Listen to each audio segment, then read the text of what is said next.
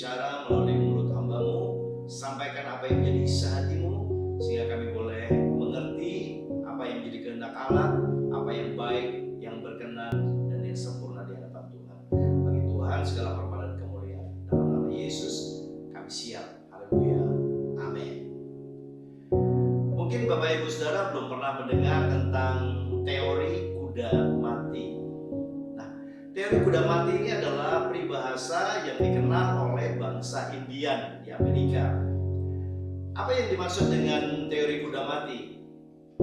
Sana dikatakan bahwa apabila Anda menunggangi seekor kuda yang sudah mati, turunlah. Tapi anehnya ada begitu banyak orang yang kudanya yang dia tunggangi sudah mati, tapi dia masih tetap mencoba menunggangi kuda itu. Bahkan dia berusaha untuk membeli pelana yang baru, dipasangi dengan pelana yang baru, dan kemudian cambuk yang lebih besar, dan dia mencambuki kudanya supaya kuda yang sudah mati itu hidup kembali dan bisa membawa dia ke tempat di mana yang menjadi tujuan hidupnya. Nah, Bapak Ibu Saudara, di dalam kehidupan kita hal itu berbicara tentang hal yang sia-sia. Bicara tentang metode, cara berpikir, cara hidup yang sudah tidak relevan lagi, yang membawa kita kepada kegagalan dan kegagalan selanjutnya.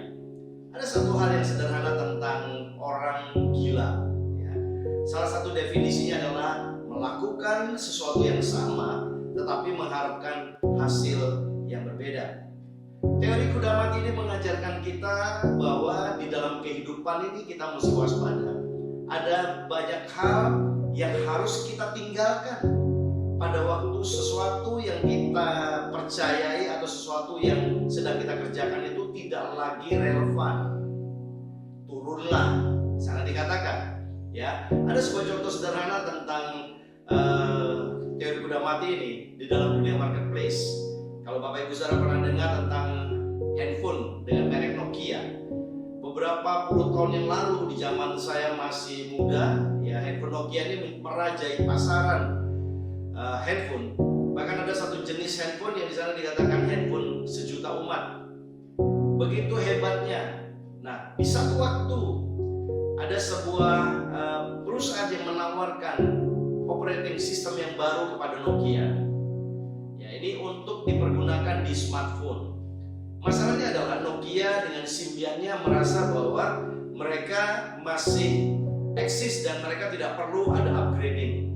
Yang terjadi kemudian perusahaan lainlah yang kemudian mengadopsi operating system ini, dan yang terjadi akhirnya Nokia kalah di pasaran karena dia hanya mencoba merubah desain menjadi lebih baik, tetapi tanpa mengupgrade operating system yang dibutuhkan untuk operasional sebuah handphone.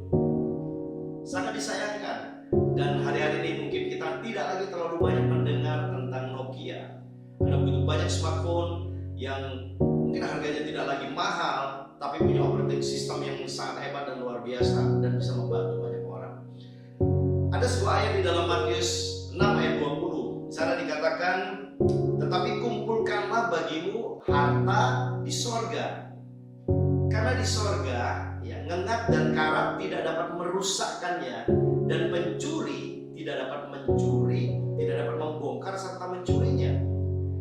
Dari konteks ayat firman Tuhan ini, yang menjadi kuda mati adalah harta di bumi, kekayaan yang ada di bumi. Tuhan memerintahkan kepada kita jangan bergantung, jangan mengejar, jangan mengumpulkan harta di bumi yang satu kali akan habis lenyap. Firman Tuhan berkata bahwa bumi dan segala isinya ini akan binasa, akan habis semuanya. Adalah sebuah kebodohan kalau kita mengumpulkan harta tanpa kita mengumpulkan hal-hal yang rohani yang bisa kekal dalam kehidupan setiap kita. Kita melihat beberapa contoh, ya, yang menjadi kuda mati buat setiap kita. Dalam konteks ini kita bicara tentang kekayaan. Ada seorang kaya yang dia membangun lumbung-lumbungnya dengan begitu hebat, begitu luar biasa, dan dia berkata kepada jiwanya, hai jiwaku, tenanglah, karena bagimu cukup, ada cukup banyak makanan yang berlimpah, bahkan sampai 7 turunan. Tapi Tuhan Yesus Yesus mengajarkan kepada murid-muridnya. Apa yang akan terjadi apabila nyawa orang kaya itu diambil oleh Tuhan? Dia tidak punya persiapan secara rohani. Nah, sangat disayangkan sekali. Nah, kita melihat juga iblis coba taruh rasa aman yang palsu dalam bentuk kekayaan. Hari-hari ini ya jelas kita berkata, banyak orang berpikir begini, yang penting saya udah kaya, saya punya kekayaan, saya punya aset, saya bisa membuat diri saya sejahtera, saya bisa buat diri saya bahagia. Ada berbagai macam peristiwa yang mengajarkan kita dalam satu hari, waktu stock market collapse, saudara, ada berapa banyak orang yang kekayaan triliunan, kemudian mereka bankrupt, bahkan mereka nggak bisa hold, mereka nggak bisa bertahan, sampai mereka memutuskan mereka bunuh diri, mengandalkan kekayaan yang mereka timbun sekian puluh tahun. Oleh sebab itu, firman Tuhan hari ini mengajarkan kita, jadilah orang yang bijaksana. Rasa aman yang sejati hanya ada di dalam Yesus Kristus Tuhan. Seorang yang bernama Gehazi. Gehazi adalah bujang dari Elisa. Elisa adalah seorang nabi yang diurapi oleh Tuhan. Dalam satu peristiwa, Naaman, ya seorang panglima Aram yang sangat hebat dan terkenal, dia terkena kusta. Singkat cerita, oleh karena perintah dari Elisa untuk Naaman ini mencelupkan dirinya 7 kali di sungai Yordan, terjadilah mujizat kesembuhan. Tentunya karena dia merasa berhutang budi, dia membawa banyak harta kekayaan yang mau dia berikan kepada Elisa, karena Elisa sudah berhasil menyembuhkan dirinya. Yang luar biasa, Elisa berkata begini, semua berasal dari Tuhan, dan Elisa menolak semua pemberian harta yang sangat banyak. Dia adalah seorang hamba yang hatinya lurus, hatinya benar di hadapan Tuhan. Dia tidak mengejar harta kekayaan, walaupun dia punya banyak kesempatan untuk bisa memperkaya dirinya. Berbeda dengan, ya mohon maaf, hari-hari ini kita mendengar banyak hamba-hamba Tuhan yang melakukan banyak hal-hal yang mujizat. Mungkin dia mendoakan orang sakit sembuh, dan dia lupa bahwa yang menyembuhkan itu adalah Tuhan, bukan dirinya. Dan kemudian tanpa perintah Tuhan, dia menerima semua kekayaan yang justru membawa hatinya menjauh dari Tuhan. Di sisi lain kita melihat Gehazi, dia melihat begitu banyak harta yang ditawarkan oleh Naaman kepada tuannya, kepada Elisa, dan dia berpikir di dalam hatinya, mungkin tuanku sungkan dengan Naaman sehingga dia menolak pemberian ini. Yang terjadi kemudian pada waktu Naaman kembali ke Aram, di tengah perjalanan Gehazi mengejar Naaman dengan maksud apa? Dengan maksud mengambil bagian keuntungan atau perak dan perhiasan yang sebenarnya ditujukan dan mau diberikan kepada tuannya. Singkat cerita, akhirnya Gehazi mendapatkan perak yang cukup banyak, dan pulanglah dia kembali. Yang dia lakukan adalah begitu dia sampai di kemahnya, dia menyimpan perak semua itu dengan baik, dan kemudian dia menghadap Elisa. Dan Elisa bertanya, apa yang kamu lakukan, Gehazi? Dan Gehazi berkata, aku tidak kemana-mana. Tapi tuannya berkata begini, tahukah kamu bahwa waktu kamu pergi, hatiku juga ikut pergi dengan kamu? Dan yang fatal adalah kemudian Elisa berkata kepada Gehazi, karena kamu serakah, karena kamu menginginkan harta yang bukan harusnya kamu boleh ambil. Kamu bisa dengan harta ini kamu bisa beli budak, kamu bisa beli tanah, kamu bisa kebun dan sebagainya. Tapi mulai hari ini kusta yang ada pada Naaman pindah kepada kamu. Bapak Ibu Saudara, kita belajar hari ini, ya, apa yang dikatakan firman Tuhan itu relevan dalam Matius 6 ayat 20. Jangan kumpulkan bagimu harta di bumi ini, kumpulkanlah bagimu harta di sorga. Dan di ayat 21 di sana dikatakan, tetapi di mana hartamu berada, di situ hatimu berada.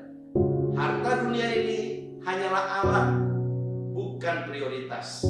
Di satu titik, harta ini bisa menjadi kuda mati buat kita, yang harus kita tinggalkan supaya hati kita bisa fokus kepada Tuhan. Kuda mati artinya apa, saudara? Turun dari kuda mati itu artinya meninggalkan semua yang tidak lagi membawa kita dekat kepada Tuhan. Kekayaan tentunya bukan sebuah dosa, tapi kekayaan ini kalau kita ingini dengan cara yang salah, itu akan menyebabkan kita terjebak kepada dosa dan pelanggaran akan hukum Tuhan. Saya akan tutup dengan sebuah quote bahwa kuda mati ini tidak akan membawa kita ke surga. Hanya hati yang taat dan mengasihi Tuhanlah yang akan membawa kita ke sana. Bijaklah di dalam melakukan segala sesuatu, dan mari kita introspeksi kalau ada hal-hal yang salah yang Tuhan tidak kehendaki untuk kita lakukan. Turunlah, tinggalkanlah itu, dan kita naik kepada kuda hidup. Saya ibaratkan jadi kuda hidup ini adalah pribadi Allah sendiri. Your faith, imanmu yang akan membawa engkau kepada kehidupan yang kekal. Semua yang kita lakukan dengan iman kita, pelayanan kita, kasih kita kepada orang lain, semua pengabdian kita yang kita lakukan untuk menyenangkan hati Tuhan, itulah kuda mati yang akan membawa kita menuju keserupaan dengan Kristus. Saya harapkan apa yang saya sampaikan pada saat ini bisa memberikan inspirasi buat setiap kita. Tinggalkan dosa dan kita hidup benar sesuai dengan panggilan Tuhan. Mari kita berdoa.